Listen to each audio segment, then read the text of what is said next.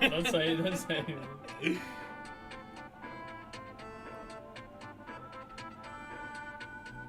Just want to double check the audio. Yeah.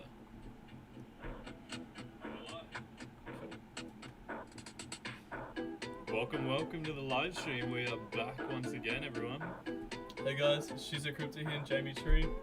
We're probably just going to be going over some topics on how Ethereum is going at the moment, how Bitcoin's going at the moment, going through the graphs, looking at some fundamentals and technicals. We'll be answering any questions you guys have in the comments, and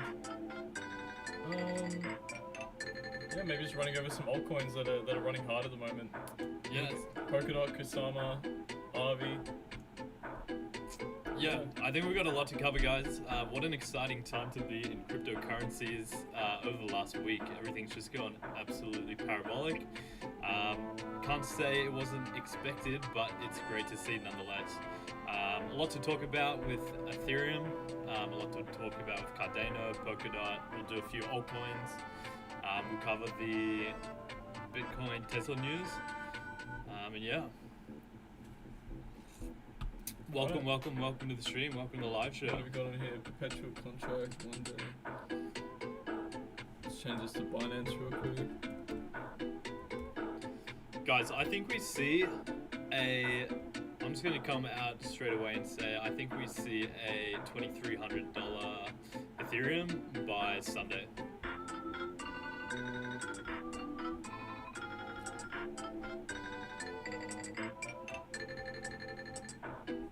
Say $2,300 Ethereum by Sunday? $2,300 Ethereum by Sunday, that's what I'm saying. I'm loading up. I'm loading my bag. Oh no. Let me add that in. Put it so we've got our price target on the graph. Yeah, what's yours? You say by Sunday? I say by Sunday. By Valentine's Day, I say $2,300. We'll be going over a few of the events. We've got the CME futures to talk about. They've launched. We can talk about how that played out. We can talk about Ethereum going parabolic. Let's talk about the Tesla news. Let's talk about Cardano. Let's talk about...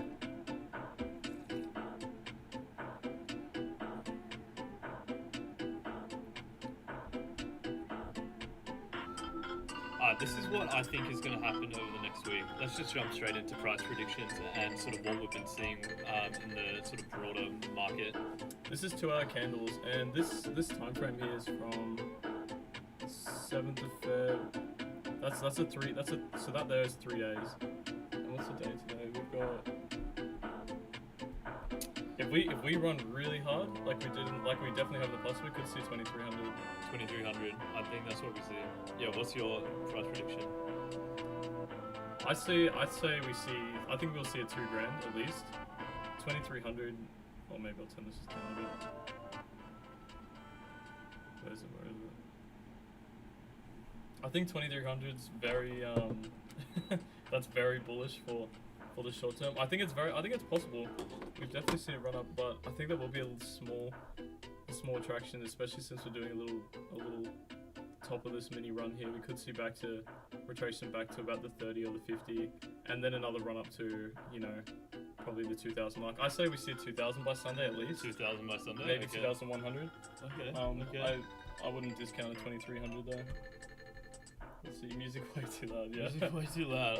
Sorry. Thank you for that. I turned it bad. off. Yeah, let's just turn it off. Let's go really quick. Pull up our audio. Got a lot to cover, guys. What an exciting time. Yes, the music was a bit too loud. Sorry about that.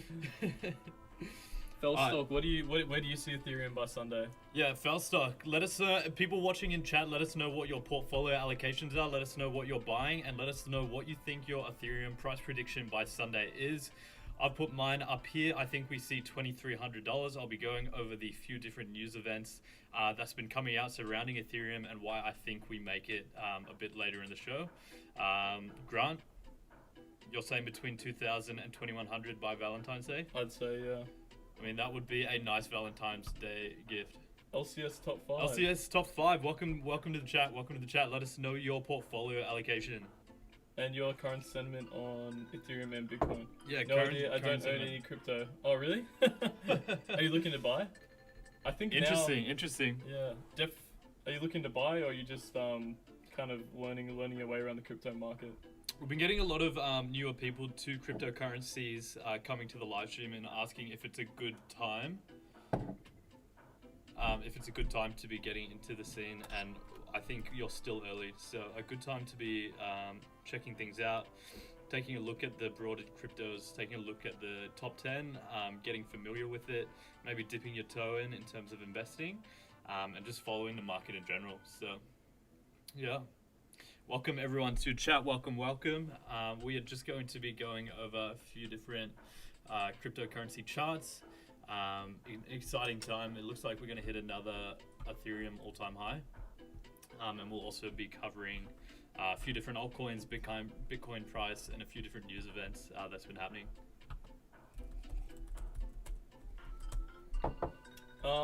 First, before we start getting into the news, any questions you guys have? Anything you guys want to talk about?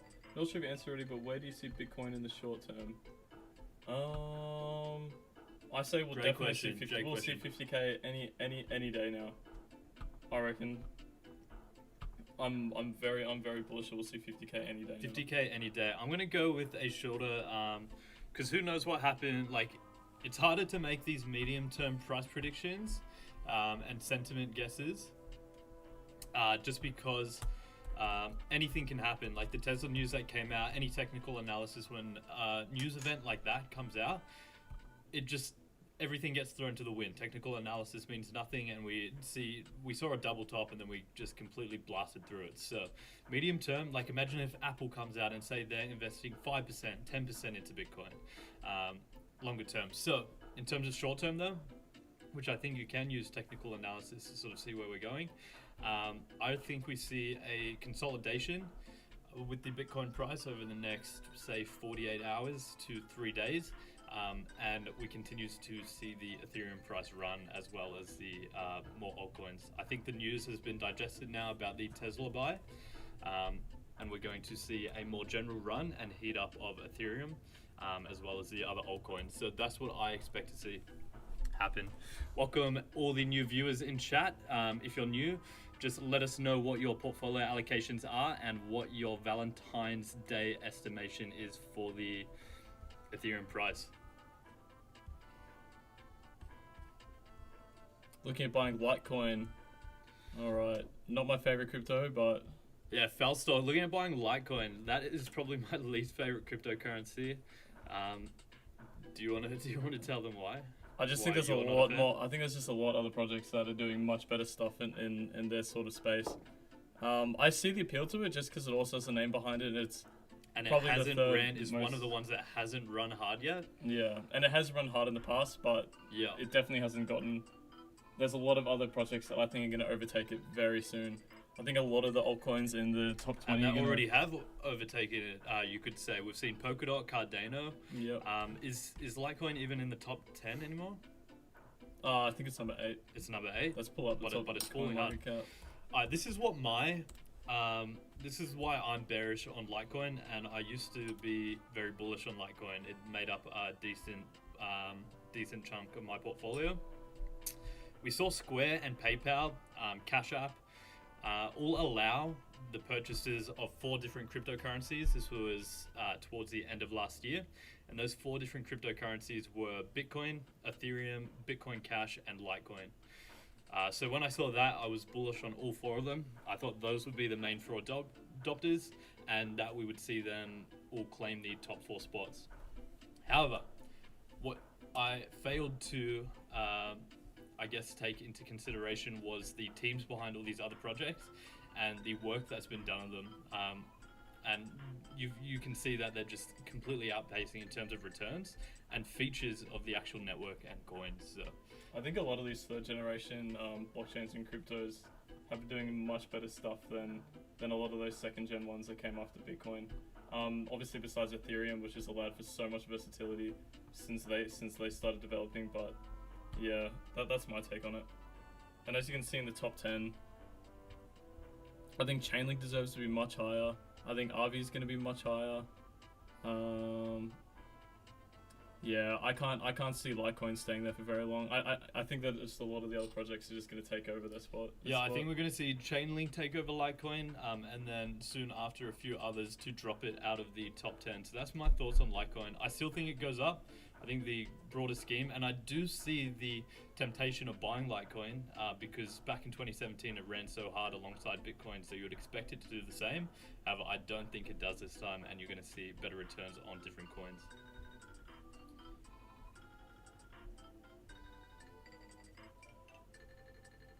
Alrighty guys, returning to the Ethereum chart, we're making a price prediction.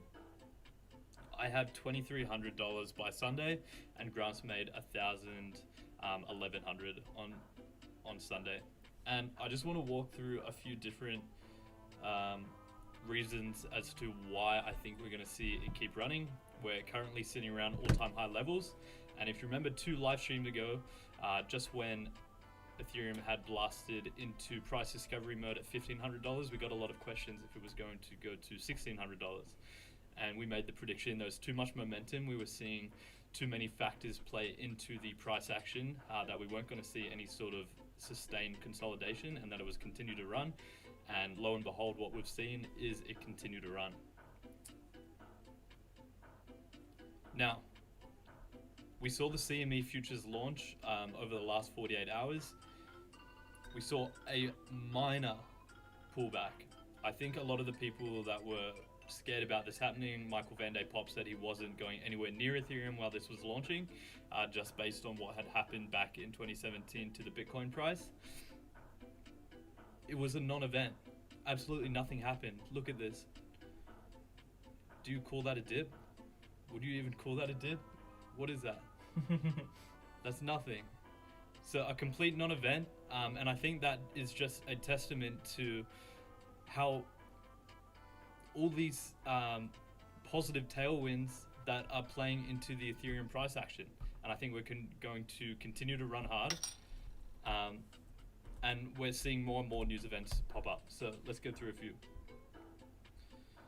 Ethereum gets bulk of crypto flows in latest week, so this is relating to the CME futures. It shows the insane institutional demand for Ethereum. So the only other crypto that has futures on the CME markets is Bitcoin, and we saw as it launched way more demand for Ethereum. So just interesting to see. Thought that would be cool to look at. Grayscale buys 76 million worth of Ethereum in anticipation for CME Ether futures launch. Now, Grayscale, they're a huge institution and investment. I have 1117 Cardano, not bad. Welcome, Smoke TNT, to the live stream. Thanks for joining us. Thank you. Grayscale buying $76 million worth of Ethereum in anticipation for CME's Ether futures launch. And let's take a look at Grayscale. So Grayscale is one of the big institutions. They provide different holdings, so you don't actually have to hold cryptocurrencies. You can just hold their trusts, and pretty much it tracks the prices of various cryptocurrencies. So the Bitcoin one was really popular. They have a cryptocurrency one, and Ethereum is their second largest one.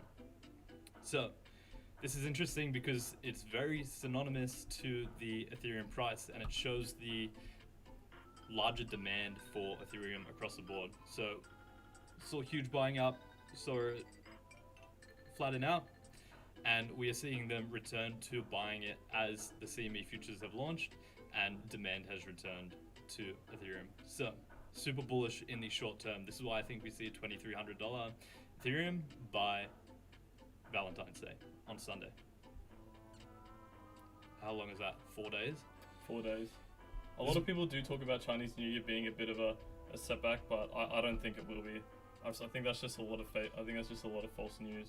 Okay, walk us through a bit more FUD coming out about the Ethereum New Year. A lot of people always bring these things up. I like these events every year that take place. Like, I think the tax implication is a big thing for the US, like the 1st of January, where the tax, people sell off to pay off the tax. Another one is Chinese New Year, people are selling off just for that holiday. And people say the last 2 years it's happened, but last year was a massive retracement in the whole DeFi market. So I think that can't really be linked to Chinese New Year also. I think we see nothing happen this Chinese New Year. That's an interesting point you make. That's just my opinion. Yeah, I haven't seen much, but you see these events pop up. We saw the January 1. Yeah, I remember January 1. And everyone tries to link them to things, and then people start talking about double spend as to why it dipped, and then I think it's just another reason for people to bring down crypto. Yeah. Any opportunity to dip the price lower and fill their bag. Smoke TNT has 1100 Cardano and 1 Ethereum. Nice. Very nice. Is Very that good. your entire crypto holding, Smoke TNT? Let us know. At least you got something, so. Just to let everyone know watching, I currently in my portfolio am 70% Bitcoin and 30% Ethereum, and I'm looking at getting into some smaller projects over the next week because I think we see some high returns in these smaller cap cryptos. What's yours, Grant? My portfolio is sitting at 50% Ethereum, I think 25% Bitcoin now, and then maybe the other half is distributed between Aave and sorry if I'm not saying that right. It's AAVE is the code for it and the name, and I got 25% in Zilliqa, and then a small portion of Cardano and Chainlink as well. Okay. I have a fraction of Bitcoin. Fraction of Bitcoin. I'm very bullish on Cardano at the moment and extremely bullish on Ethereum. So I like those two. I like those two holdings that you've got. Welcome everyone to the live stream. If you want to throw in what your crypto holdings are in chat, we'd love to talk about it. What are your thoughts on DeFi for this year, Jamie? I've built some strong opinions on them for this bull market. Tell me. So essentially what DeFi has been trying to do for the past, since its birth in this bull run in 2020, is they've been trying to put financial markets, any monetary markets, onto decentralization. So literally loans, what else? Literally any financial market, like collateral, putting things under collateral, cash on the collateral so you can buy things, anything like that. They're trying to put it onto the decentralized. They're trying to push it onto cryptos and put it into smart contracts and that kind of thing. And I think that they will have a massive run up in 2021, especially with Miami going to crypto, with Bitcoin going to crypto, with all these retail investors accepting and allocating crypto in their treasuries. They're gonna need a system that allows for those holdings. Do you know what I mean? Because right now it's just sitting there as an investment, but with a use case in the financial market, I think we're gonna see DeFi's explode this year. And with as we saw with GameStop and Robinhood, I think there's a real demand for decentralization and taking kind of that entity out of that system with people buying and selling. That's where I think something like Aave will shine for this year. Okay. I'll quickly give you a rundown on what it looks like. I'm not hugely familiar with Aave, so this will be good. So to put this project into perspective in terms of their total cap, they're now sitting at number 13. Which is huge. They have had a run-up of 8 times in the past 90 days. And Bitcoin has had a run-up of, in terms of their total market cap, they have run up, even more I think. I think maybe 9.8 times, almost 10 times. Whereas Bitcoin's only ran up about, I think it's only doubled in the past 90 days. Definitely only doubled in the past 90 days. So Aave has had a massive explosion over the past 3 months. You can just see from looking at its graph that it's how bullish its price action is. Look at that. That's just clear as day. Chart. Extremely constructive. So if you guys don't really know what it is, what do they actually do? So here you can deposit and borrow any crypto. So DAI, do you know what DAI is as well? No. So DAI is essentially another stablecoin, but this one is not collateralized against the US dollar. So like USDT, you put US dollars and every single USDT is backed by $1 US, right? Yeah. DAI is backed by cryptos. So it has no connection to any sort of fiat currency. So this is one stablecoin that they can't regulate and they can't put any restrictions on. Now what cryptos is it backed by?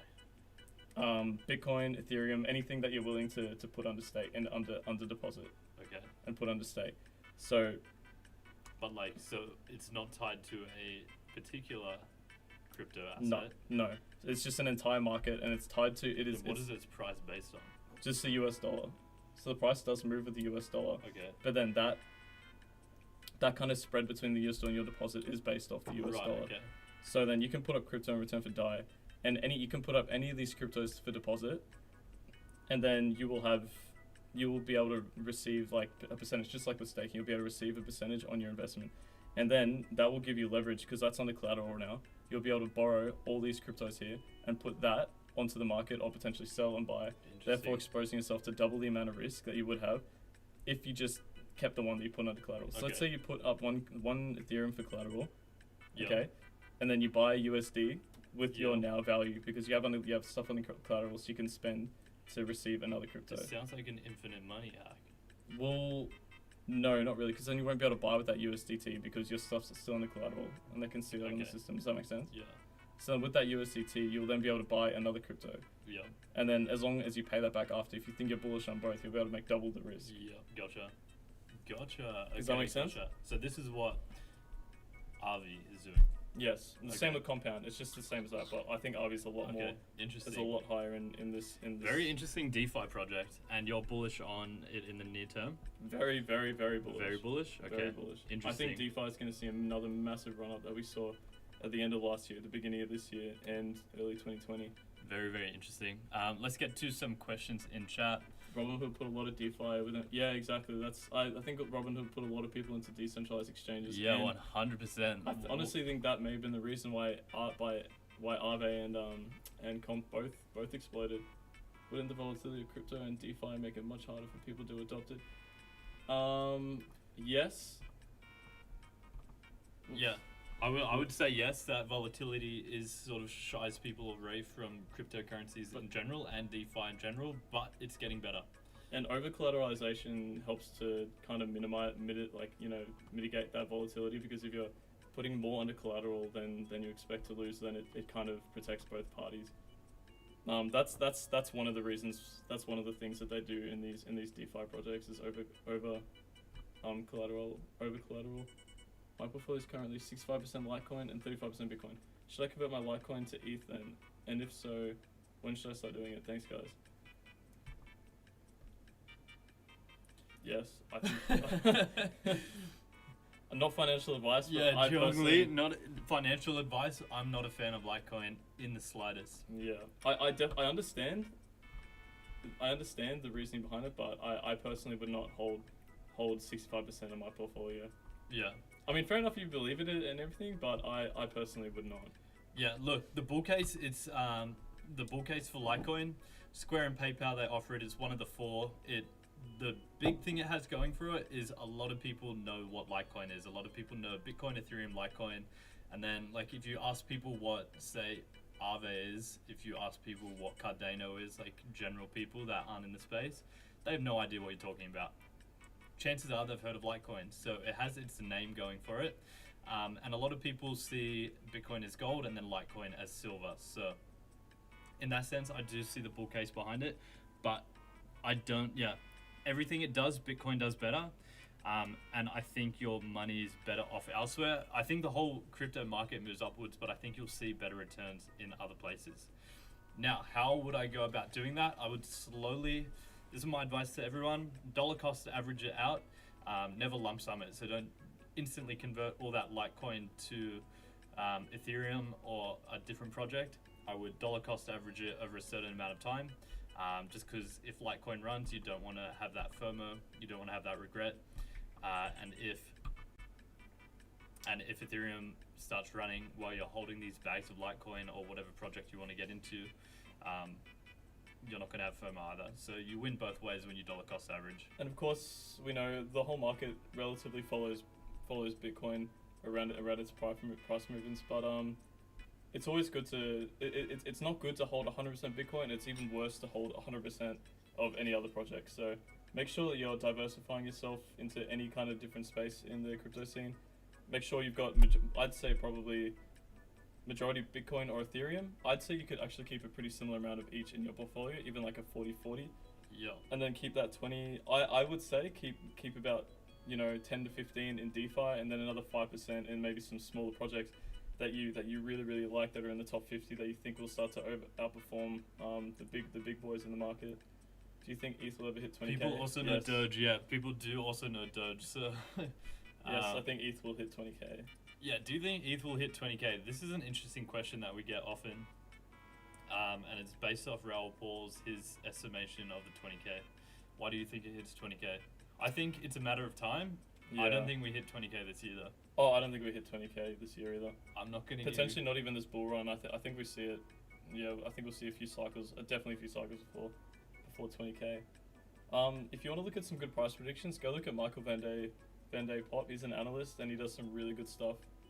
His videos, he gives some really in-depth technical analysis and fundamental analysis on these sort of things. So, he predicted, I think, a 22,000 Ethereum. And Benjamin Cohen as well. He does a lot of logarithmic and regression-based analysis and price predictions. And let's go over what they're predicting. Michael Van Day Pop's predicting a $13,000 Ethereum this cycle, so you're looking towards the back end of the year. And Benjamin Cohen is looking at a 1,300 short-term Ethereum price target, so you're looking at that over the next month.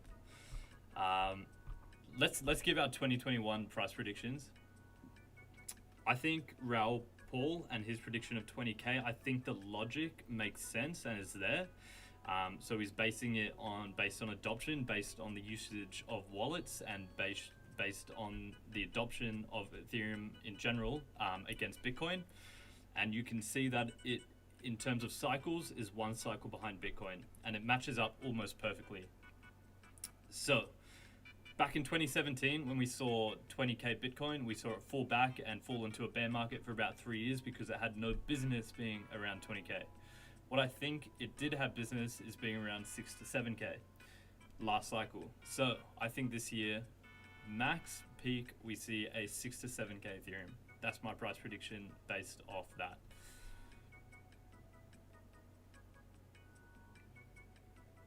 What's your price prediction? I think a bit higher. I think like 8 or 9k. Just because I think that Ethereum still needs to catch up to Bitcoin, and I 8 or 9k? Yeah. Okay. And I still think Bitcoin's gonna go up to. Oh, actually, you know what? What do you think Bitcoin's gonna go to this year? Bitcoin this year? I think a lot of people say it's 200k this year. I've seen a lot of 200k estimates by the end of this year. Yeah, I like giving more conservative estimates. I think it's almost careless to give out like 200, 500k, $1 million Bitcoin predictions. But what I would say is, I think the stock to flow model is the most accurate price predictor, and we see a $100,000 Bitcoin this year. Based on 100k Bitcoin, what Ethereum price do we see? I'd say we see it about 8 or 9% of Bitcoin, the market cap, which means the price. Sorry, I think we'd see probably about, I'd say 7 or 8k Ethereum then. 7 or 8k Ethereum at 100k. Yeah. Yeah. If we even if Bitcoin does go to 200k, I think we still see that. If Bitcoin goes to 100k, 7k Ethereum, not bad. Welcome everyone to the live stream. If you're new here, on the 4-year cycle, can't see it happening in the financial institute. Yeah, definitely not. I can't see it as big of a pullback as we did last time. It makes it really hard to predict the future, especially when we're not going to be following. Circumstances are just so different during the start of this cycle. And it's really hard to predict what's going to happen further down the line. So yeah, on the screen we've got our sort of predictions sitting, and if you have any questions about what's going on with what we spoke about, please let us know. Is anyone lucky enough to be holding Cardano at the moment, like a big bag of it? A big bag of Cardano, yeah. Yeah, thoughts on the 4-year cycle? Can't see it happening with the financial institutional backing, yeah. So the 4-year cycles have really been driven by retail investors and crypto in general coming into and out of favor. Now that we're seeing such big institutional adoption, I do think we see some sort of cycle, and we do see a peak, but I don't think we see a 4-year, like a 4-year bear, like us fall back into a 4-year bear cycle. Yeah. I just can't see it. I also think that cycle was snuffed a lot with a lot of FUD accusations and a lot of things that people didn't know what they were hearing, because there was so many people just jumping on Bitcoin from the hype train. And now that I think a lot more people know a lot more about the space, people can sniff out false news pretty easily now. So I don't think we'll be falling into another 4-year cycle like we did last time. I think there's just too many factors that point in the other direction. So is this the direction you see going? Yeah, I'm just trying to get up. So it's the 10th of February today. The 12th puts us to Friday. So the 14th, which would be right here. I think we see some sort of, excuse my terrible drawings, that's the sort of price action I expect us to see. Yeah. But drawing it out. Based on fundamentals. Yeah, based off supply leaving exchanges, based on the CME futures being a non-event, and based on the Grayscale fund buying up more Ethereum. Nice. So, yeah. But I can see how more conservative 2100 is. Yeah, well, with these run-ups, we always see just small retracements and then bull runs and then tiny retracements back down like by 30%, and then we just, keep pushing up and up.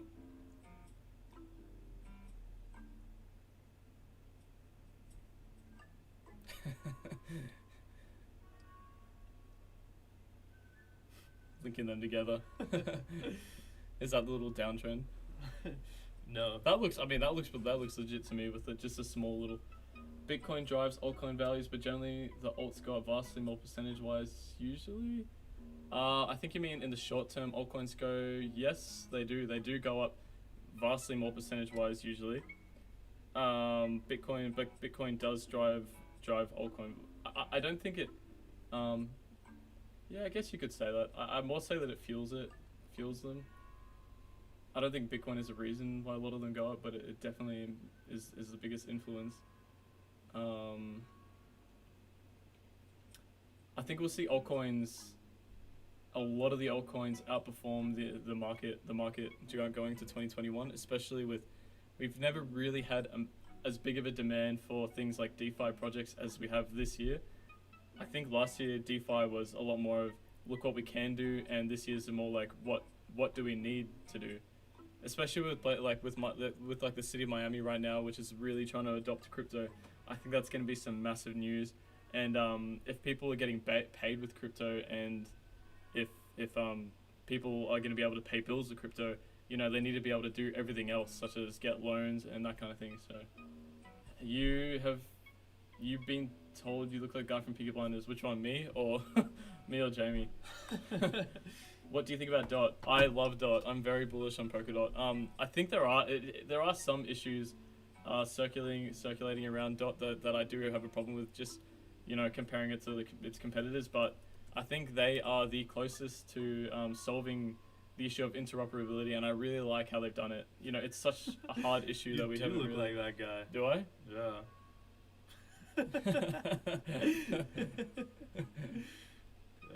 Damn, maybe I should. Next live stream we'll do a haircut live stream, and Jamie will cut my hair just like his.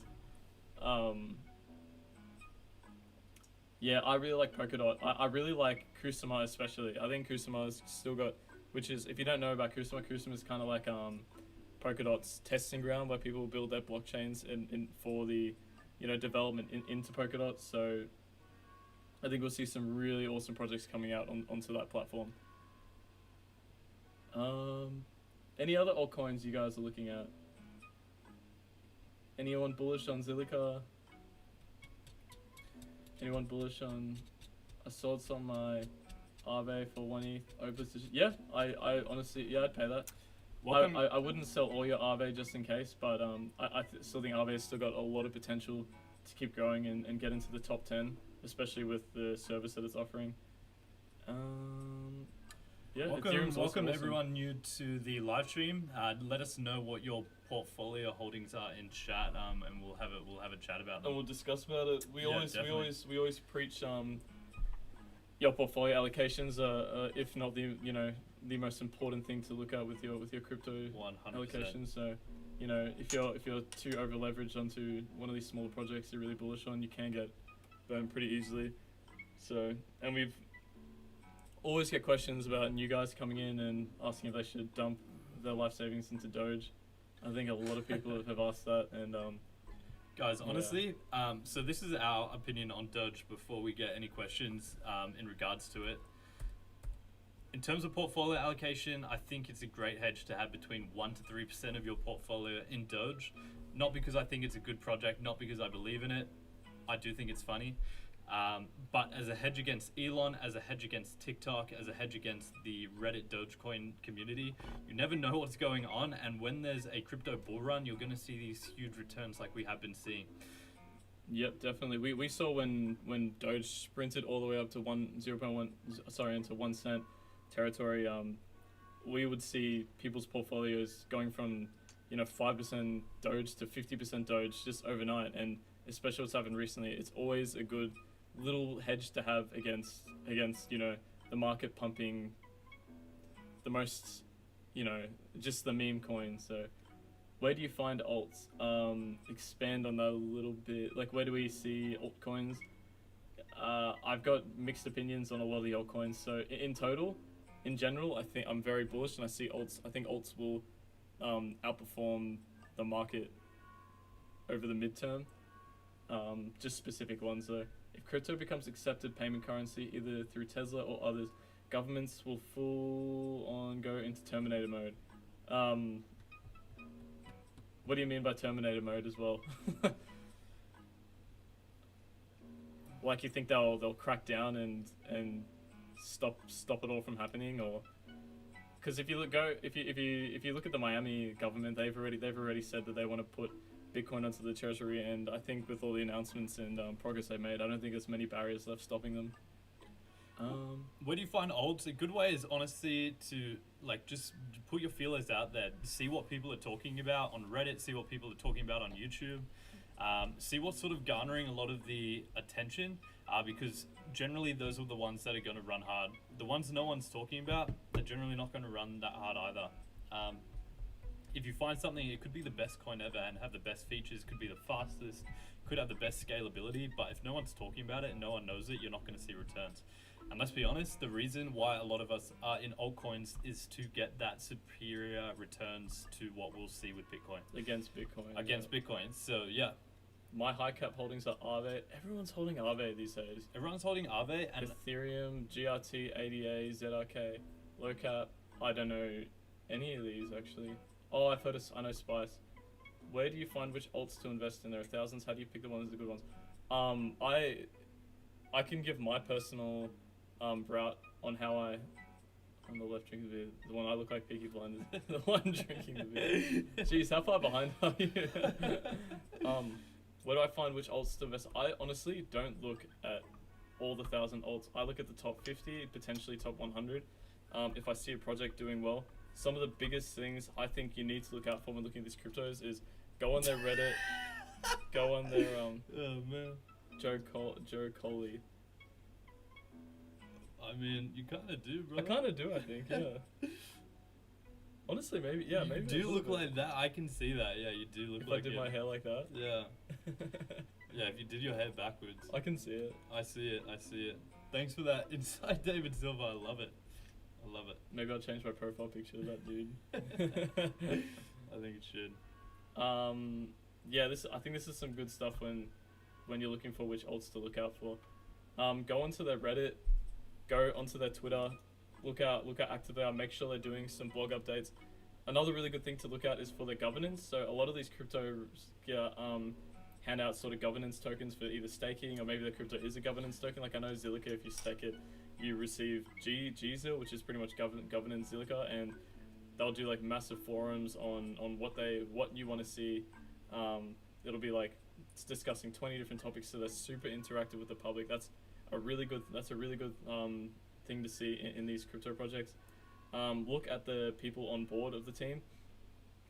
Like Chainlink, I'm pretty sure one of the guys on board for them was a CTO of Facebook, or worked in the technology department of Facebook during when, just on their rise. So you already know that he knows what he's doing with these awesome projects. And then probably the last thing to look at is where it is in its market cap. Make sure that it's actually done some movements, and make sure that check out the charts, see if they're constructive. Yeah, make sure that it's. I only invest in top 100, more regularly top 50 coins. So that's just my opinion, though. I would never go balls to the wall on a tiny crypto project. What I would do, unless something like Chamath was the one who addressed it and brought it into fruition. So, in terms of altcoins, what I would do is Grant makes a really good point. You want to be looking at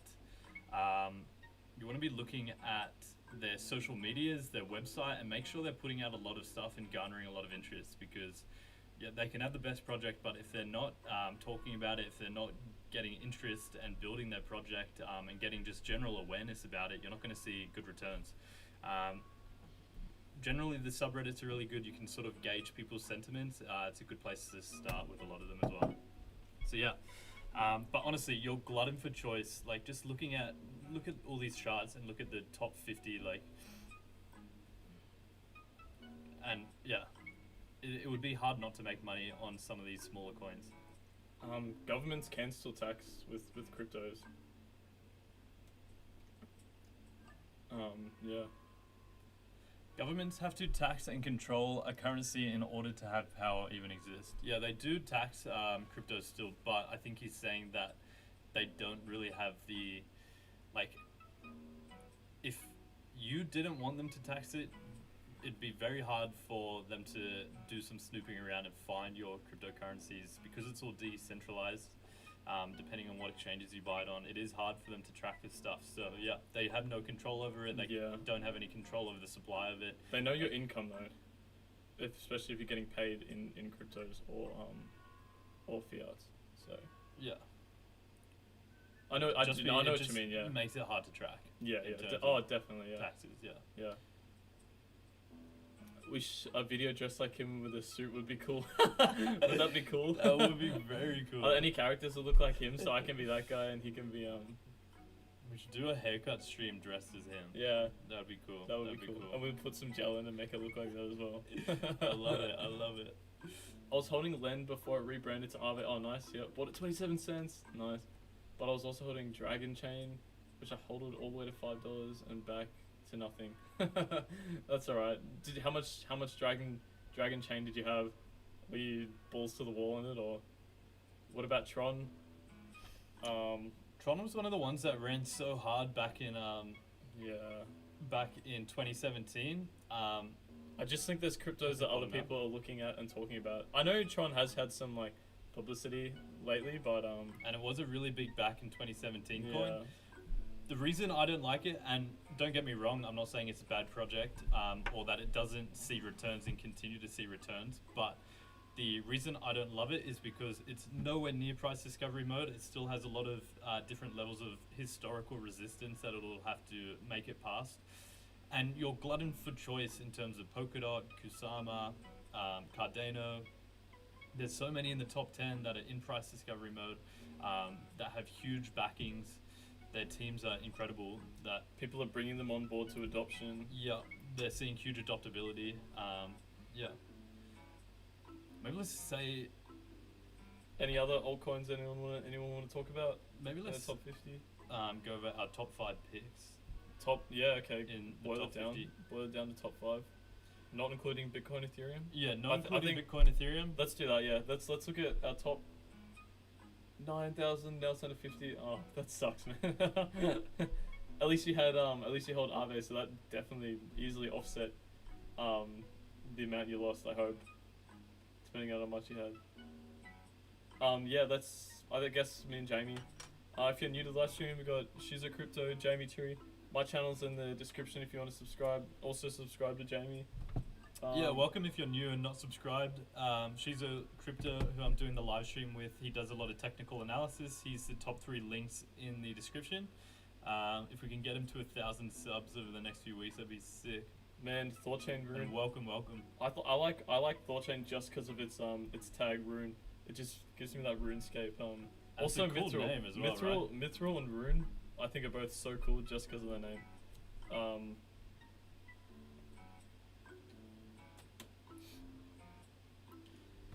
I mean, this is an example of one that has gone price discovery mode. It's a newer coin. This guy's in DeFi as well, so let's see. In the top 100, so this gets a thumbs up from me.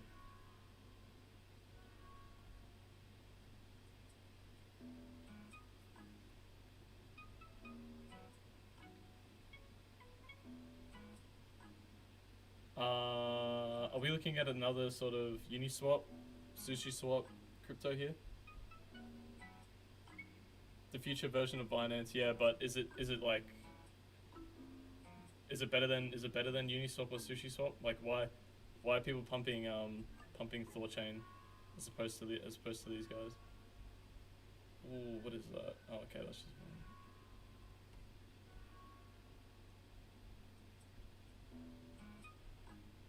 are these guys linked to Binance? Have they spoken? Have they been in contact with Binance? Is that what you mean, or do you reckon it's just going to be one of the biggest decentralized exchanges? Because obviously there's going to be more than one decentralized exchanges, especially with you know sponsorships and all that. There's always going to be multiple of these dexes. So even if this is number 3 or 4, I'd still say this is a really good investment. But what is there anything that specifically sets these guys apart from doing what the other dexes are doing? If anyone else is bullish on these guys, I'll definitely have a look at them. I always take into you guys' recommendations into consideration. So yeah. No, these are just rumors. Oh, okay. Guys, what was fascinating, I want to talk a bit about Bitcoin and what's gone on with sort of all the news that happened in the last week. It's really interesting. So the last 4 streams, the first one that we did, you mentioned, you brought up Elon Musk buying Bitcoin through Tesla and what it would do to the markets, and we were talking about how it's probably a while off, considering all the regulatory hoops they would have to jump through. Yeah, I've even got a video on it where I thought they wouldn't even release anything about Bitcoin on the balance sheet until they do their quarterlies or something. So, and then lo and behold, 48 hours later, we're live streaming. We close the live stream, and then 30 minutes later, the Tesla pre-market announcement is that Elon, through Tesla, has bought $1.5 billion of Bitcoin. And the bigger news, in my opinion, actually of equal size, because 1.5 billion is pretty huge, is that they're accepting payments in Bitcoin as well. So you can literally trade your cryptocurrency for a tether, which is huge. Because that's awesome. That shows huge adoptability from such a forward company as Tesla. And they're moving into Bitcoin. So and a lot of people think it's not the future, but if it's such a big player in the market, it is saying that Bitcoin is the future, then that says enough in itself. 100%. What caused Cardano to fall when it was over $1 a few years ago? So you mean in the bull market? Honestly, just Bitcoin getting snuffed when it did in 2018. No use case, overhyped. I wouldn't say no use case, overhyped. I just say there's no real relevancy for it at that time. I think there is a use case for it now. I don't actually know what you can do with ADA at the moment. So, well, if you don't know, ADA is just another smart contract platform, just like Ethereum. If a Bitcoin's first gen, it's just simply transactions. Ethereum second gen, it can transfer information in these contracts and kind of set constraints in the contract. And then Cardano is kind of the next step the third generation crypto after Ethereum. So it's a lot more it's a lot more scalable. It's got proof of stake instead of proof of work. Cardano is a very interesting project, and what we said about Thor is that it hasn't gone price discovery mode because back in 2017 it ran so hard, but this chart is way more constructive than the Thor chart. The Thor chart was nowhere near its all-time high. Cardano is at about 80% of it, so it looks like it's almost inevitable for it to get there. And the bull case for Cardano is that ever since 2017, the entire team has just continued to be plugging away. They continue to build it. They have a massive peer-reviewed and rigorous progress of adding to the code and improving it. Is it proof of stake that Cardano works on? Proof of stake, yeah. Proof of stake. So the major holders in the Cardano that hold Cardano tokens are the ones who dictate the way it goes and the features that get added to Cardano. So over the last 3 years, they've just been plugging away, improving it, and that's why I think it's a completely different sort of scenario than Tron, and the price action is much more constructive, I would say. The process that these guys have gone through in comparison to other cryptos like painstaking. have been. It's just you could have seen this coming from a mile away. Cardano's run. Yeah. If you don't actually know, you could. Yeah, I mean, yeah. So this was where Elon bought it. It rocketed up. What was interesting is this red candle here. That was because Binance crashed. I don't know if you guys were watching it when it was live. Binance completely crashed. I think too many people, as soon as that news came out, everyone ran Was it to just Binance. Or was it all the exchanges? I'm pretty sure it was just Binance. Are you serious? Yeah. I was watching my Binance as well, and I could not get through. I just wanted to see the price. I wasn't going to sell it. I just wanted to see the price. And I think everyone was in the same boat. They just wanted to have a look at what was going on. yeah. My jaw hit the floor. I thought I was looking at the Bitcoin price in Australian dollars and not US dollars, because it's about 30% higher. Because I saw it at 44k, and 20 minutes previously it was around the 36k mark. I was like, what is going on? And then logged into Twitter and saw the news. So I think I just went to sleep because I couldn't even do anything. couldn't even and Cardano can't even chart process it. Looks like a skateboard ramp. Yep. And that may have been the most clear run up I think we will see in crypto, today. Cardano's done awesome stuff, and just looking at their history and past, they have done, they've done everything right. They haven't taken any they haven't had any setbacks, they haven't done anything incorrectly. So Watch the Cardano chart continue to run. Watch it continue to skateboard ramp upwards. That's all I'm going to say. Super bullish on Cardano. It's interesting. Let's see. So this guy's talking about Think Slow. It's recently started on PokerStarter.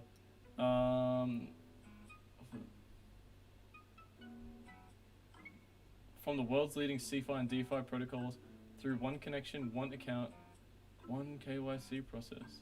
Alright, let's have a look at it. Can I look at it? Let's go. I'm interested. Why find it on CoinMarketCap? Welcome everyone to the live stream. We're just covering Bitcoin, Ethereum, and general altcoin news. If you want us to look at Jesus Christ. If you want us to cover a particular altcoin or talk about a certain topic, put it in chat. Let us know what your personal portfolio is looking like. We'd love to have a chat about it. And welcome. This is ShizoCrypto. He's the first 3 links in chat. If you want to go subscribe to him, he does a lot of technical analysis. And this is my channel, Jamie Tree. So welcome to the live stream and welcome to the show. It's great to have everyone here. Look, first thoughts with this. It's a 2,300 token, so I like how it's a PokerStarter though. it looks like it was an ICO and it just came out as well. Did it just come out? Is this an ICO? I just subscribed now to your channel. Thanks, Mohammed. Mohammed, welcome. Thanks for coming along. Let us know if you're in crypto and what you're buying.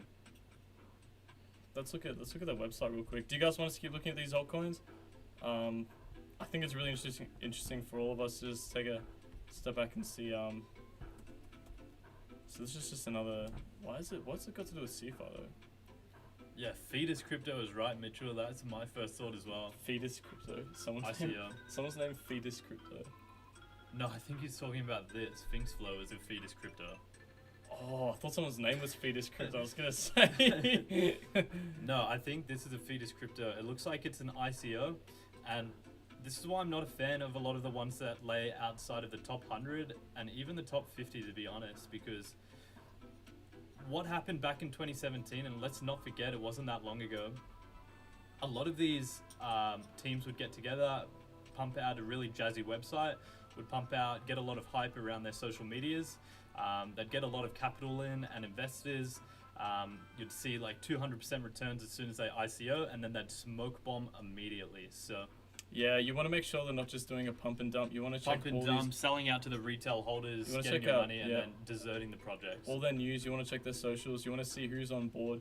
Is this just a team of kind of like of misfits joined together, or is it the last CTO of Facebook? So I'm watching ETH on a daily basis. I wouldn't recommend watching it on a daily basis. No, I would recommend watching it on a daily basis. That's a good thing. Sure.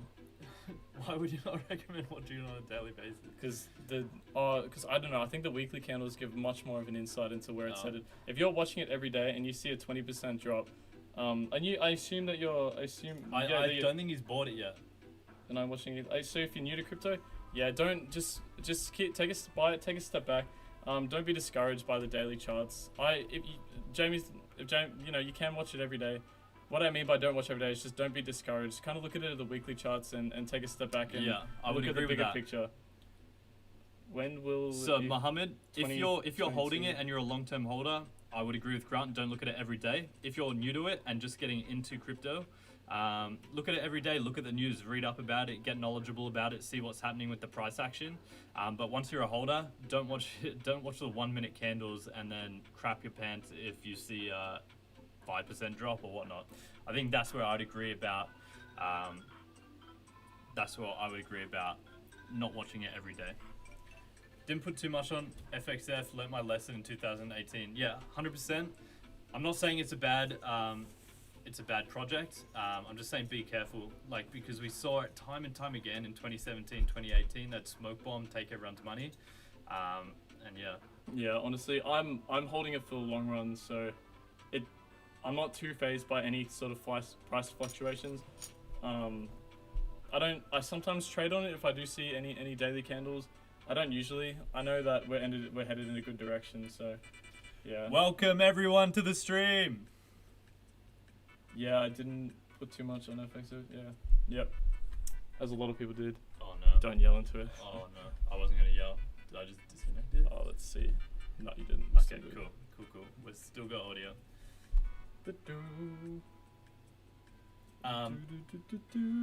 This is a question I want to pose to the chat and to you, Grant, as well.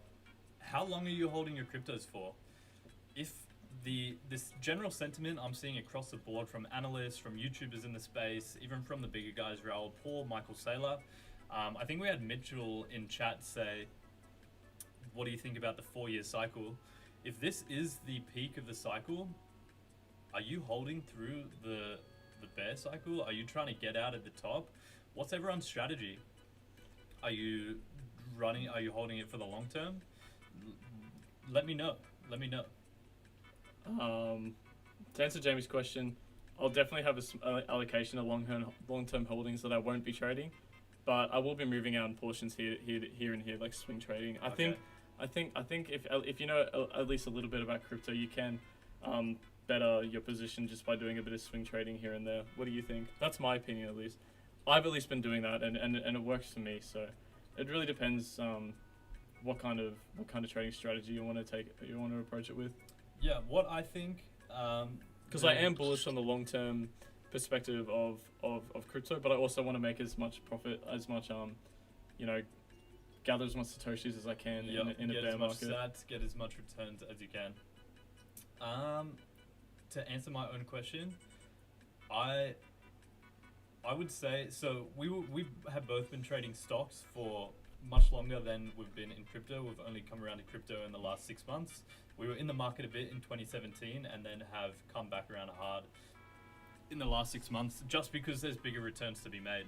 Let's be honest, the reason a lot of people are in cryptos is there's just better returns.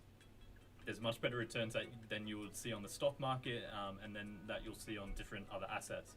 Now, my strategy that I had when trading stocks and being a stock investor that has had the most success was holding a longer term portfolio and then holding a shorter term trading portfolio, you could call it. And I would recommend the same for cryptocurrencies. So having a longer term portfolio, probably consisting of Bitcoin and Ethereum, projects that you really believe in and that you think are going to run long term. I think with the institutional interest and investments in those two, they're fairly safe at this point. They've been significantly de-risked. And then the other portfolio, whatever allocation that may be, put it in these other projects that you think are going to see higher returns. But at some point this year, you're going to want to cash out and increase your longer term holdings. So Bitcoin, Ethereum. That's what my opinion is. Yeah, you see all the big guys saying they're going to be taking profits at points, which is what you should be doing as well. Taking profits along the way, and just make sure, you're diversing yourself a bit. I'll just answer a few questions in the chat. Do you think new traders are drawn to cheaper coins? Yes, 100%. I think new traders always see, the most interesting news in crypto are the people who make crazy gains and make life-changing gains, turning $1 into millions, and that's what they want to do. So they think that they've missed the boat on these bigger coins, and so they invest into these smaller coins. But the thing is that I feel like they don't know enough about the market to know which smaller coin to buy, and Bitcoin is going to keep winning. It's gotten so much backbone over the past few months and the past year. I think there's no such thing as missing the boat on Bitcoin for the short term. To touch on that. Yep. Don't let your ego get in the way of making returns. So we've seen a huge run up in Bitcoin, we've seen a huge run up in Ethereum, and a lot of the altcoins. If you believe in a project, you're still early. Don't let your ego be like, I'm not going to invest at all-time highs, I've missed the boat, I'm not going to see the same returns, because you probably would have said the same thing when Bitcoin was at 30K. You probably said the same thing when Bitcoin was at 35K. You're probably saying the same thing when Ethereum got its all-time high and hit 1400. So don't let your ego get in the way of making returns. I still think once a winner has been picked, and it's very clearly that Bitcoin and Ethereum are the current winners, they're going to continue to perform. So always keep your majority of your portfolio in those two crypto assets. That's my opinion. So don't have enough for it to be worth holding long term. I think you can never have too little. At least you're in crypto and have exposed yourself to some of that risk. I wouldn't say, if you don't say enough as if 5% of your cash is in crypto, which is a good thing.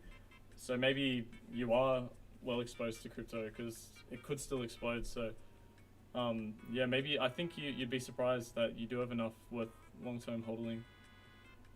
If ETH is going to be the same path as Bitcoin, that I'm holding ETH for long-term. Yeah, definitely. I think ETH will at least outperform Bitcoin in the midterm.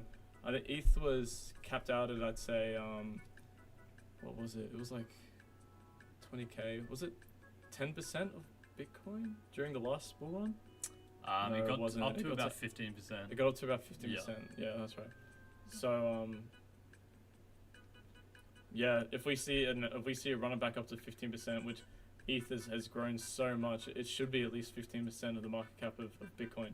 Then we'll definitely see Ethereum outperform the market and Bitcoin. My first crypto was 4 years ago, Ethereum for $200 or so. Then I traded my way to 200K, and I lost almost everything because I totally chilled during the big dump. It's alright. What's fascinating, just of that, my first crypto buy was 4 years ago. Mostly from Aave and Bitcoin. Traded my way. Nice work. I totally chilled during the big dump. The most interesting thing about the last bull cycle is that you would have felt like a total fool if you had gotten in even at the peak at 19K or even 1350 of Ethereum when that peaked out. You'd be laughing now. You're seeing respectable returns over a 3-year period if you just sat and held. If that's not the biggest argument to be holding Bitcoin, Ethereum, and buying at even when we're hitting all-time high after all-time high, I don't know what is. So I don't know. It's fascinating. Under 18 and not much money. Look, that's good that you're at least exposing yourself to the space. I think the most valuable thing you can get right now is information on this kind of thing. So. Yeah, it's great. And I think cryptos really introduced me to investments back in 2017. And I think even if we do go into a bear cycle and we don't see huge returns like we have been this year, you're probably going to transition over into stocks, into other types of assets. And it's a good way to build long-term wealth, just being in the space and just knowing these different investments are available. Just keeping your ear to the floor and hearing about what's going on and what's happening. So, yeah. That's very cool, Mitchell. I was not researching anything that was constructive against Bitcoin when I was 18. It was all like dark web, laundering money when I was 18. Do you remember that? Yeah, it was everything about Bitcoin was all in negative until before 2017. Yeah. And all about its pump and dump, people losing their money. There was so many ICOs happening that would just smoke screen and take people's money. BitConnect happened, all these exchanges which smoke screen took people's money, pyramid schemes, BitConnect. It was a dark time like 10 years ago. Awful fun experience. Yeah, nice. Does XRP have a future? Maybe. We've seen XRP run up, and with the whole case with the SEC, you should know that in the past month, one of the guys on the board of the SEC who overlooks these kind of things is a massive crypto head, and he's only recently come onto the stage, and he came to the stage after all the XRP stuff happened. So you know, he could have a massive impact on XRP's situation. I see a lot about XRP having a future. Honestly, I don't expose myself to any sort of XRP whatsoever in terms of news or price action. I'm just not interested in it at the moment. I'd love to hear what you guys have to say about XRP though. Yeah, let me know, chat. Let us know what you guys think of Ripple. I'll give my quick 2 cents on it. I'm going to release a video in the next few days about Ripple. And Grant was the first one to sort of clue me in on this. I think the SEC thing has been completely overblown, and it won't have as big effect on Ripple in general. Now, there's 2 things that I don't like about Ripple, just fundamentally. First thing is it's done by a financial institution, and it completely goes against what cryptocurrencies is about, being decentralized and getting away from financial institutions. So it's kind of the evil cryptocurrency, and you'll see a lot of people don't like it. However, I do think that Ripple will potentially provide good gains. If this SEC thing has been overblown and the price has been muted, if they win this, expect it to run like nothing else. So yeah, that's my quick 2 cents on Ripple. I'll be doing a more in-depth video. I just need to research it a bit more. But yeah, keep your eye on it. That's what I'd say. Keep your ear to the floor and read a lot about it, because I think it has some decent potential. Yeah. Are you guys into mining? ETH mining is super profitable right now. We do mine Bitcoin just through a pool. I would love to get put together like a node of Ethereum. I just don't think we have enough Ethereum at the moment. It would be awesome for us to do that, because we run a business and we've got 5 extremely high powered PCs, so mining is really profitable for us. Yeah, like I said, we just don't have enough Ethereum to build a node. For the people that are new here, we'll give a bit of backstory about how we got into cryptocurrency and why we're so involved in the space now. We run a small business. We are from Sydney, Australia. We run a small business. When we saw PayPal and Square convert their balance sheets to Bitcoin, we have a very high cash flow business and we had a lot of cash in the bank, and we immediately also decided to convert our balance sheet into cash. In our business, we have a lot of high-powered PCs. We decided to start mining Bitcoin at the same time. Now, as you can imagine, buying Bitcoin and eventually Ethereum through the business and mining it, you just start reading everything, and we've made huge returns over it over the past 6 months. So we also started accepting payments in cryptocurrencies. Yeah. Now, the way we mine through a crowd pool. Is that what you call it? Is it a crowd pool? I don't think it is a pool. It's not a pool? Pool's through, it's like when it's through, actually could be. No, actually might be. Yeah, we mine through a pool. I know the most efficient way to mine, you have to download Linux, and you have to, I don't know, it's a bit more technical than what we were willing to do, and because we need the PCs for our business, we weren't willing to push them right to the brink, so we only run them at about 60 to 70%. Just because we don't want to overheat it. We also didn't have the Ether, so yeah. Yeah. But yeah, it'd be very interesting to see what the profitability of mining Ethereum compared to Bitcoin would be. So yeah. PC specs. I believe that 2080 Super. We are muted. Oh, fuck yeah. Oh no. he's just getting us. As soon as I saw it, I might get joking, but we actually have an issue with our mic where if we do bump it slightly, it will cut out. So yeah. Just for the people that are joining, welcome to the live stream. We're taking a look at Ethereum, talking about the different news that's going on. I have a $2,300 price prediction for the 14th of February, Valentine's Day, and Grant has a $2,100. Let us know what your holdings are. I think Mohammed, you're not going to trick us. We have the live stream up. We can hear that. We know we're not muted. Yeah. So PC specs and what's the business? I wasn't even in charge of buying the PCs. Do you know what the specs are? Yeah, we got 20. You don't sound Australian. I love Australia, but want to live there someday. Yeah, it's not bad. Where are you from? And I'll take quickly the PC specs. We got 2080 Super, I think Ryzen 3070X R9, I'm pretty sure. B550M motherboard. They're not, it's pretty good. It's not obviously the best in the market, but yeah, they're still pretty expensive. The business is. Do you know what escape rooms are? Let us know in chat if you know what escape rooms are, and then we can expand on that if you know from there. Yeah, if you want to hear about it. Yeah, if you want to hear about it, it's a pretty cool business. If you're interested in small businesses, it might be an interesting one. It's a high cash flow business, and it's pretty easy to set up. So yeah. Any questions about any altcoins you guys might have an opinion about? I know a lot of people talking about Aave at the moment. I bought in, very recently as well. Even during this massive run, I'm buying up as well. I'm still very bullish on it. Jamie's predicting a 2,300 Ether by Sunday.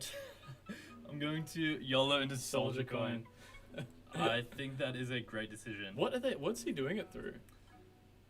Did Zilica? I'm from Germany. Nice. Oh, from Germany. Whereabouts in Germany? Let us know. Willkommen. So welcome. Yeah. Willkommen, meinen Freundin. Meinen Freund. Can we get a German check on that? Mitchell Walker. He said yes, he knows what escape rooms are. Oh, you do? Oh. So, at was it Valentine's Day last year that we did it? It was. Was it? It was, yeah. Was it? No, it couldn't have been because then we went straight to the snow. Oh, maybe it was for their birthdays. Oh, it was. It was Yeah, for their that's what it birthdays. was. Yeah. So, around June last year, for our girlfriends' birthdays, we took them into the city for a virtual reality escape room experience. We had no idea what it was. We'd done escape rooms in the past and we were big fans. Do you know what that means?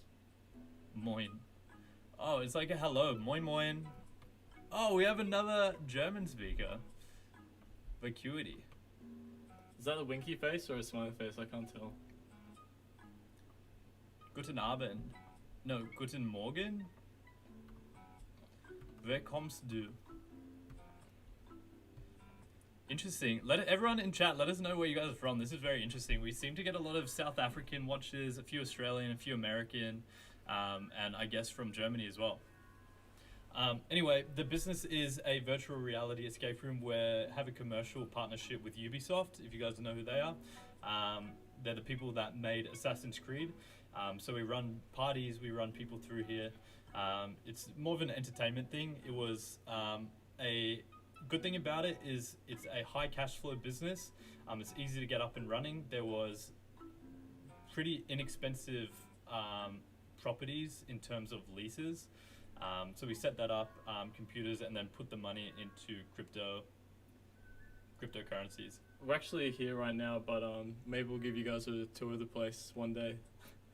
Maybe not on this live stream, but yeah, we'll definitely do a full video. We'll do a tour of the business and our story of what happened. Please, what do you think about Chainlink? Super bullish on Chainlink. Obviously, it's going to be in the top 10. I think that's another one like Cardano that we all saw coming in the top 10. I think from like the 30 mark, and like I bought in a Chainlink, I think at like $9, so it's like up to $30 I think now, almost, or 28. I think we're in price discovery right now. Yeah, super bullish on Chainlink. We got people from Dubai. We get heaps of people from Dubai as well. That's awesome. Aave for Valentine's Day. Only a few days left because Aave flows. Aave, and then get a, I don't know. Wow, we have 3 Germans in the chat right now. That's awesome. Vacuity, Southern Germany. Welcome, welcome. Fellstock, Australia, was living in Germany in 2019, then moved back to the Gold Coast in 2020. Now living in Byron Bay. I'm jealous. That's awesome. Long term, I want to move up to Byron Bay or the Gold Coast. But Dubai is also a lovely place as well. I've been there once, and the weather's just fantastic. The ocean is like 40 degrees. It's like walking into a hot tub at all times. I love it. Don't forget the Brits. Welcome, Jack DL9. We got Joe in chat. We got Joe Bag in chat. We have a few British friends. Welcome.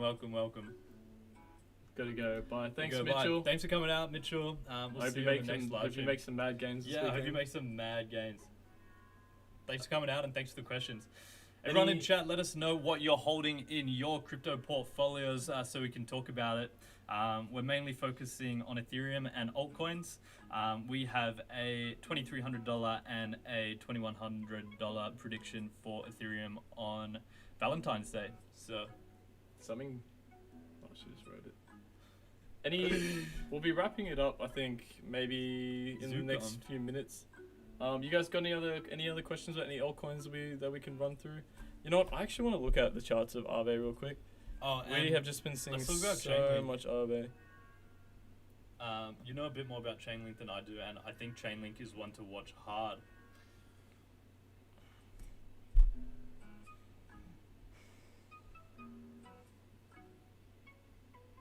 This would have been a perfect position to buy at Aave. Back here, the use case, you can see it trending, very slightly upwards. This is the point where we should have been watching for a buy signal, because we saw this massive fib retracement up here, come back down, and then as soon as we saw this kind of green signal, that would have been the signal to buy. I probably would have bought about this level here. We see a lot of support here, and once it blasts through, I think that sky would have been the limit. I think now that we're moving to price discovery, pull back to about 30%, and then we keep moving upwards for Valentine's Day. That's my opinion on Aave, in case anyone was interested. Should definitely hold Ethereum and Cardano, in my opinion, holding both. Yeah, I'd have main allocation. I'm in the same boat. I mainly hold Ethereum. However, I want to get a bit into Cardano as well. I've been reading up a lot about it. It's called the Ethereum killer for a reason. Oh, so, sorry guys. yeah.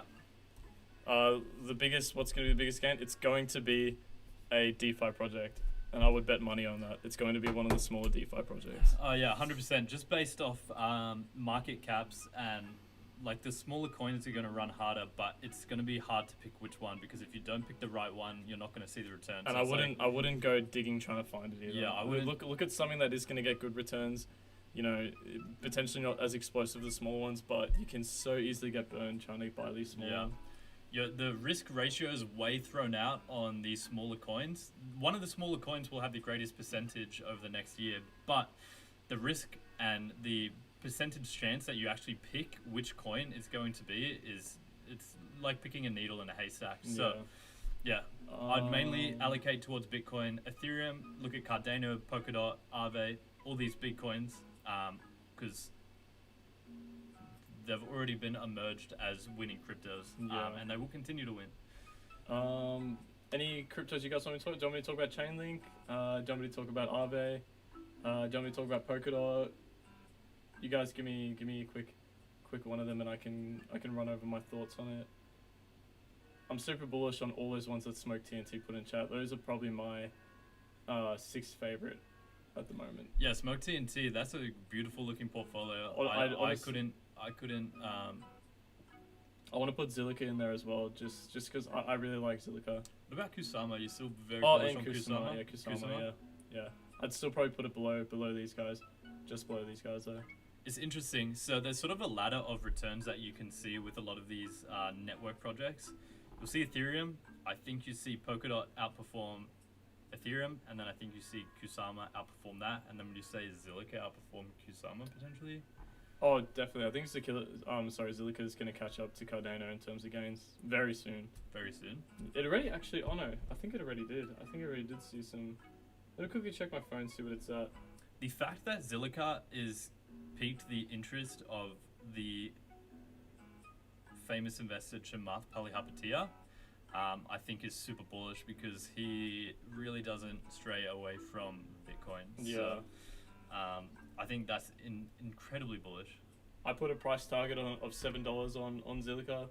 $7. A lot of people call me crazy for that. A lot of people clowned him hard. That's a 7,000% increase. But Michael Van Day Pop said the same. Zilliqa and how they've tackled the approach to scalability, in my opinion, they've done it they've done it better than Cardano and Ethereum for Ethereum 2.0, and their staking reward is so high. So you're going to see so much Zilliqa taken off the platform. Yeah, so if you guys want a moonshot coin, check out Zilliqa. Yeah. It's just outside the top 50, but it's seen a massive run over the past few days. But I mean, and look how constructed this chart is. We talk a lot about altcoins not going price discovery mode, and that's why we don't like them. These guys are like Cardano, and they've got so much research behind them. They've done everything correctly. Bliss is another, in my opinion, one of the most obvious picks. Aave was in the same position as these guys in like the 50 position earlier in a few months ago, and these guys are currently where Aave was. In my opinion, they're another smart contract platform. So if there's Ethereum, there's Cardano, and then there's Zilliqa. Zilliqa will catch up to Cardano. I don't think that. I honestly used to think these guys were all competitors and trying to see who will find the best solution to this problem, but I think they'll all work hand in hand. That's what I've noticed actually. They're all good, trying to solve the same issue, different directions, but will solve different problems by taking those different routes. If that makes sense. What would you expect to rise the greatest percent of the next year? Did I answer that one? It'll be something with a moonshot, but that's a good pick. If you want a fairly smallish cap outside the top 50, take a look at Zilliqa. It'll do, in my opinion, it'll do exactly what Cardano did. I think it's gonna be a clear pick. What is the future of Litecoin? What is the future of Litecoin, Mohammed? Yeah. In the mud. You've come to the wrong stream if you're a Litecoin fan, because it is probably our least favorite project, and we, quite frankly, hate Litecoin. We hate it so much. I have traded it, but I dislike it. Poke it up, please. All right. I'll just touch on Litecoin again for Mohammed and anyone else that's thinking about Litecoin. I get it. I understand why it's a tempting pick to add to your portfolio.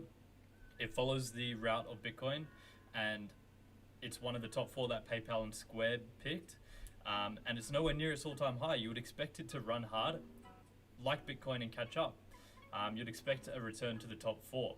This is why it doesn't do anything. It's never going to improve. It doesn't do anything that Bitcoin doesn't already do any better. It's going to continue to be stuck in the mud. I think we see Bitcoin outperform it, and then I think we see all these other projects with so much better features and continuing to improve, outperform it, and show better returns. So that's my quick thoughts on Litecoin. Not a fan. Yeah, I agree with that as well. Cardano just hit 83 cents. It just hit 84 actually. Cardano will hit $1 very soon. I think that's another clear pick. I think it's a done thing that it hits its old all-time high, which is sitting around $1.30. Okay, Polkadot. I am bullish on Polkadot. I am still bullish on Polkadot. I think it still runs up. I've been holding it since, I think like $6 or something. I sold out when it ran up hard, I think at about the $16 mark and took profits, and then I think I moved it around a little bit too early because now we're at like, I think $22. If you don't know what Polkadot do, they are essentially trying to solve the issue of interoperability, which is it's not as black and white. Or I guess scalability isn't black and white either, but they're both two of the biggest issues with cryptos. Different currencies communicating with each other and being able to manage the scale of how many people are on that network. Polkadot try to do the first of the two. They try allow blockchains to communicate with each other. So instead of being a smart contract platform where people are limited to Ethereum's network, but they are handled through all the same sort of transaction basis. They seek to allow people to make their own blockchains through their system, and which allows for so much unpredictability, allows for so much these some awesome projects, and I am sure there will be some awesome projects coming out of it, but it's a lot less predictable than the other coins in the top 10. And Polkadot doesn't have the same background as Cardano does with the documentation and all that. They've actually had issues early in their stages, issues with code that put a massive setback onto them. So, that's just due to pure incompetence. So, I don't think they're incompetent now. I just think they've had issues in the past. I'm still super bullish on what they're striving to do, and they're definitely the furthest down the line than any other project is to solving what they're trying to do. Yeah, that's just my 2 cents on it. They've got another project called Kusama, which follows Polkadot quite dearly. It has seen a massive run up recently, and it is following Polkadot's gains, but I think it's still set to run a little bit further and catch up to that Polkadot bull run and make its way into the top 20. So, yeah. Welcome everyone in chat. We hit 20 viewers. Welcome everyone. If you're new, this is ShizoCrypto. His links for his channel are the top 3 in the description if you want to go subscribe to him. I'm Jamie Tree. This is my channel. If you guys want to drop a like on the live stream and let us know your portfolio allocation, I'll just go over what we were going over in the past. We've been seeing huge bullish action on Ethereum. We are right around all-time highs. We've made some price predictions for the 14th of February, which is Valentine's Day. I'm predicting a $2,300 Ethereum price, and Grant is predicting a $2,100 Ethereum price with a $2,500 short-term target. So everyone, welcome. Thank you for liking. As you can see, both our predictions are still above 2,000. So super bullish. I mean, this is a your prediction is a 17% increase. I mean, in a 5-day time span, not that bad. No, I'm saying a 26% increase. It's doable. They're both very doable. Do you think? And we're going parabolic. Slightly after $2,000 mark. I think it definitely will. 2,000 is a big hurdle for Ethereum. We might drop or form some support. I think we still blow past it. I think Ethereum still really has to it's still got a long way to go to catch up to Bitcoin. Yeah, but $2,000 definitely a huge psychological barrier. Any sort of round numbers are always going to be a psychological barrier. However, I don't think it's as important this time. I think if we don't see Bitcoin hit $50,000 over the next 48 hours to 3 days, we're going to see a continuation of the runs that we've been seeing in the altcoins and Ethereum, and I think it will have no problem crushing through $2,000. So, yeah. Awesome. Thanks, guys, for leaving a like. Could be a good time to wait for a retrace and buyback. I don't know. I'm not sure how much it'll retrace. If any good times are good, and there's never as much of a good time to buy as the present. I don't think we'll see like a 20% retracement at 2,000. I think we will see some consolidation, some bouncing around, and then, sort of a wedge pattern, and then we blast through it. So, yes. So, good time to wait for a retracement. That would be assuming that it gets rejected at $2,000, and we got asked this at $1,500 what we think happens if we saw a rejection, and we both said no. We made the prediction that no, it wouldn't. We wouldn't see a rejection at $1,500 because there's too many positive price catalysts in the near term to see any sustained pullback. So, the biggest thing we would have seen was the CME futures. Everyone was freaking out about it. Any event that people can freak out about and make a case for the bears, people do. Turned out to be a non-event. We're seeing supply leave exchanges. We're seeing so much of the Ethereum held up in the 2.0 staking project. There's not enough supply on exchanges for there to be any significant pullback outside of some sort of black swan event coming out of the woodwork. So that's my opinion on the $2,000 psychological resistance mark. I think we cruise past it fairly handedly.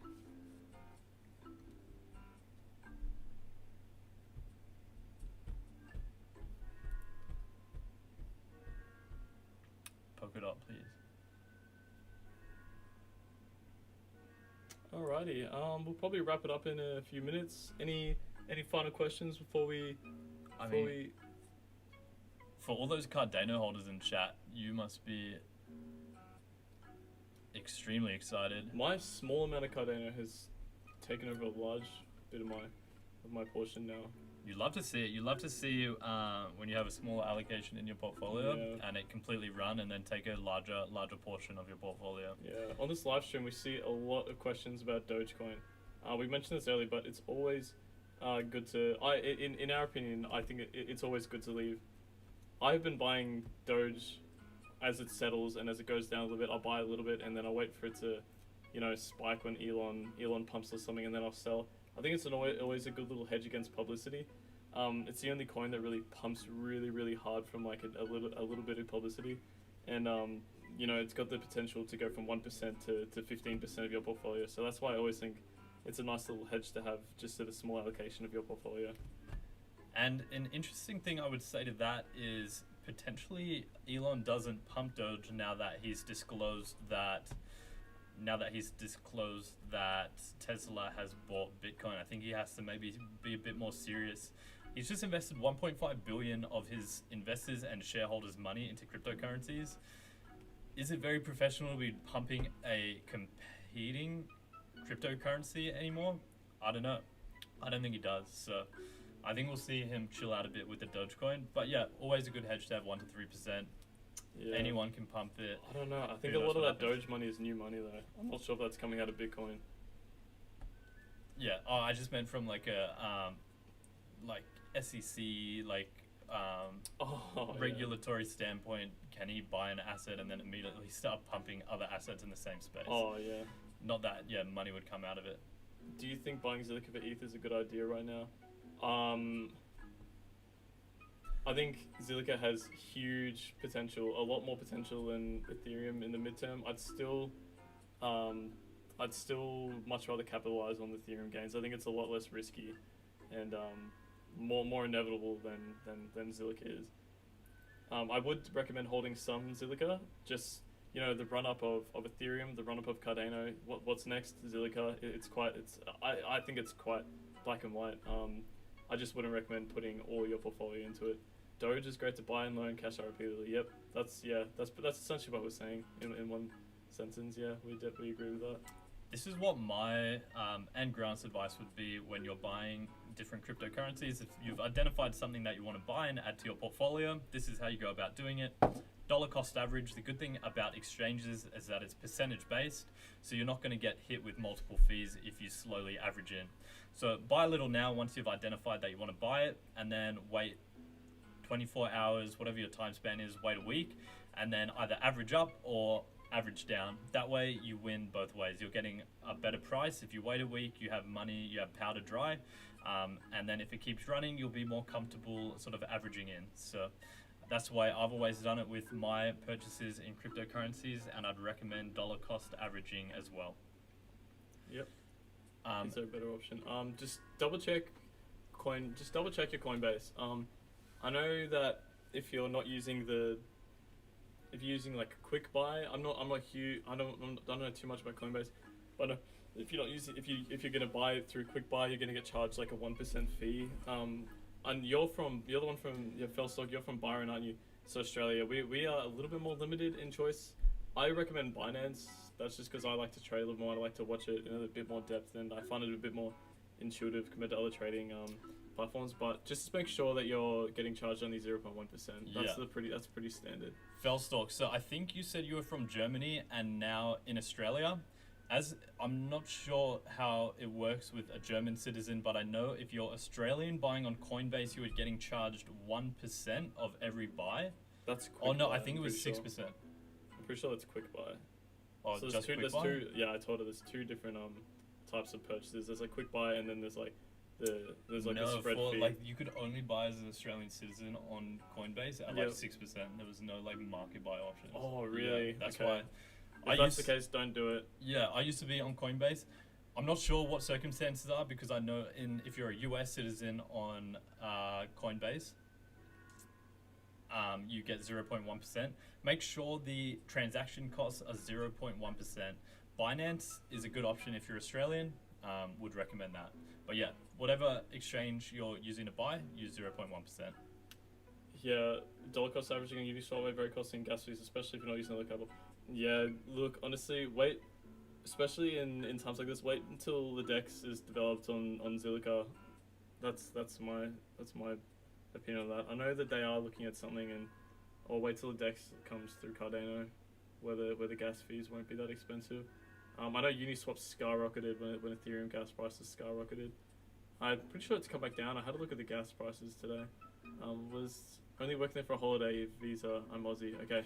Okay. Just really. In that case, if you're Aussie, I'd recommend looking at Binance. That's the one I use. I think Coinbase will charge you a bit higher than some of the other exchanges. So yeah. Thanks for the awesome stream. Have fun riding those golden wallabies from your crypto games. I never hear that word, wallabies. I've probably never heard wallabies in my life in person. Wallabies are the main transportation in Australia, right? I did exchange in the US, and I heard that about 1,000 Wallabies times. or kangaroos? Both. I don't What? know why everyone knows wallabies, which Have is you really ever? Do weird. you ever hear wallabies here? I That's never such a hear foreign anyone word say for some wallabies reason. in Australia, unless you're actually looking at a wallaby if you're at a zoo or something. Try eToro out. I'm not too Leaves. sure about eToro. Wait, 'Cause- I know who Mind Leaves is. Mind Leaves, I think you make ASX stock related content on YouTube as well. I remember watching your stuff and leaving a comment a while back. But welcome to the stream. Thanks for coming by. Awesome. Does VeChain look good? It looks amazing from the graph perspective. Oh, you pulled it up already. Yeah. I don't know. I held VeChain in the past. I've moved my allocation towards altcoins more into the DeFi department of like lending platforms and dexes. So I'm not really looking at NT. This is NTF, right? Do you know? VeChain. NTF, do you mean? Oh, it's IoT. Governance of things IoT is imagined. I know VeChain, it's all about, I know it from that meme video about it. It's about tracking where your food comes from and the supply chain that it got to you. So if in like a restaurant you got given, I don't know, if you went to McDonald's and saw a burger, you'd be able to track back the supply chain to see where it came from to make sure like that didn't come from the sewer or something. Oh, sorry, I got confused. That is my very, very basic understanding of VeChain. It's probably really off, but I know they made big deals with like, maybe it was a scam. They made a big deal with McDonald's back in 2017 and everyone lost their mind. Really? Yeah. Oh my god. Swissborg also great to buy crypto. Yep. Swissborg. Definitely yep. good Swissborg. eToro's good. I know their percentages are good. Welcome, Mind Leaves. I love your content. I hear way too much about Swissborg. Yeah. All right, guys. Any other cryptos? I want to see what everyone else is bullish on. I want to get a kind of a group perspective on things. Right now, I think the biggest ones we've seen is Aave. Obviously, not including Ethereum, Bitcoin. We've seen Aave, we've seen Cardano. In that order, I'm pretty sure. I'd say We've seen a lot of Aave and a lot of Cardano. We've seen a bit of Chainlink, a bit of Polkadot. I think everything else is kind of spread. Maybe Polkadot third. Anything else you guys are looking at right now? Let's look at my sitting portfolio, just sitting in Binance right now. Oh my god, Cardano's going for a run again. It's going crazy, 86 cents.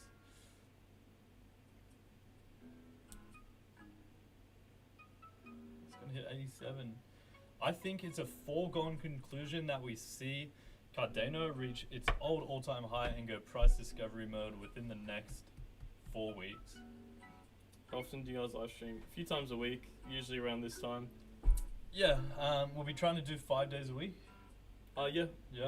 5 or 4, yeah. We're gonna do switch it up a bit. We'll do a haircut live stream next time. Yeah, that'd be fun. While watching Cryptocurrencies, by the way, but we'll be cutting hair. We might dress up in suits like the Peaky Blinders guys. like Peaky Blinders. I don't know why. I think Mohammed who said we should. Mohammed, yeah. Maybe even.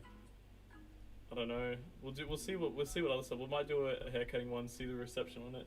Yeah, and definitely. if it's good, then maybe we'll do a skating one. That would be cool. Yeah. That would be fun, especially a night skating one because I just found a local skate park that has lights at night. So try and switch it up. Yeah. Awesome. But I think we'll wrap it up there, guys. It's getting a bit late over where we live in Australia. We've been watching charts for a while. We've made our price predictions. We'll wait for one more comment just to see what the final say is. Yeah. Any closing comments? Any closing questions or comments? I'll just leave off. Subscribe to Grant in the top of the channel. My he channel does is a lot of ShizoCrypto. technical analysis and very in-depth on some of the smaller projects. So if you're interested in some smaller crypto projects that have huge price potential, definitely check out his channel and throw him a subscribe. And subscribe and like the video if you're new around here. Do live streams 5 days a week and put out constant crypto and stock related content, and I love hanging out with you guys. ETH now, moon please. Okay, I think that's a good statement to end on. That's a good one to end it on. ETH will moon, give it time. Yeah. Please moon. Alright guys, thanks for hanging out. We'll probably stream again in a couple of days. We could see Friday, potentially we could do Friday. We'll see. Maybe we'll do a oh there we go. I don't think we've ever done this before. We've never done an outro before. Yeah. Yeah, we'll do another live stream. So yeah, look guys, look out for we've got a haircut live stream, a gym live stream, and a skating live stream. Which one? Just let us know which one you guys want to see. Yeah, let us know in chat if anyone else is still here. If you want to see while we're watching cryptocurrencies, by the way, while we're watching Ethereum, Bitcoin, all the charts, doing price predictions, but just to switch it up, do you want us to see us do a haircut live stream, a gym live stream, or a skateboarding live stream? Let us know. Just quickly see what one person says. I just want the first person in chat that says skateboarding, haircutting, or gym. Like we'll do powerlifting, like bench and deadlift. We'll be hitting deadlifts or bench press. Oh no, it's gonna be Anna that picks it. She's so many German people in the chat. Yeah. Anna, we might need you to translate our live streams from now on. Yeah. We're getting so many German viewers. Yeah, real quick guys, haircut. Okay, haircut. Yeah, we were leaning towards that anyway. Yeah, I think that was our first decision anyway. Alright, now for our 5-minute outro. Anna, do you have any... Oh, we're doing like this for a while. Anna just joined. Anna, do you have any questions? Skating, gym. Oh, skating. Alright, we'll go haircut, skating, and then we'll do gym live stream. While we're watching cryptocurrencies though. Alright, bye guys. Thanks guys. Bye guys. We've been saying